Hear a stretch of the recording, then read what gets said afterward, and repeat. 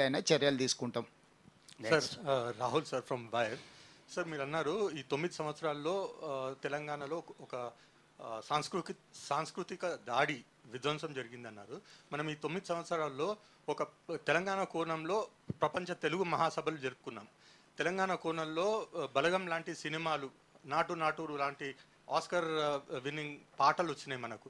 మనము బతుకమ్మ, బోనాలు లాంటి పండుగలకు మనం జీవం పోసినాము. ఇప్పుడు దీన్ని మీరు ఎట్లా చూస్తారు? రాహుల్ గారు, ఇప్పుడు ఆ బలగం సినిమా కానీ లేకపోతే ఆ పాట కానీ ప్రభుత్వానికి ఏం సంబంధం లేదు.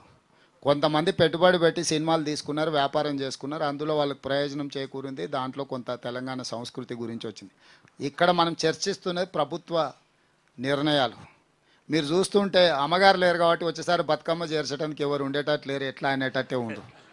బతుకమ్మ అనేది నా అమ్మమ్మలు వాళ్ళ తరతరాలుగా మనము చేసుకుంటున్న పండగ కాబట్టి వాళ్ళు వచ్చి మనకు నేర్పింది ఏం లేదు. ఒకవేళ బతుకమ్మను కూడా వ్యాపారంగా మార్చి, ఆట వస్తువుగా మార్చి, ప్లాస్టిక్ పూలు వాళ్ళు వచ్చిన అంతకుముందేమో బంతి పూలు ఇవన్నీ సువాసనలు వెదజల్లే పూలు ఉండే, వాళ్ళు వచ్చిన బతుకమ్మలో ప్లాస్టిక్ పూలు వచ్చినాయి, గంతేతాడు. ఈసారి ప్లాస్టిక్ పూలతో చేసేటోళ్ళు లేకపోవచ్చు.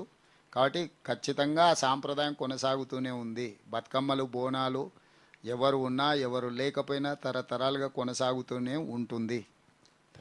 Next sir Sadiq, Big TV sir.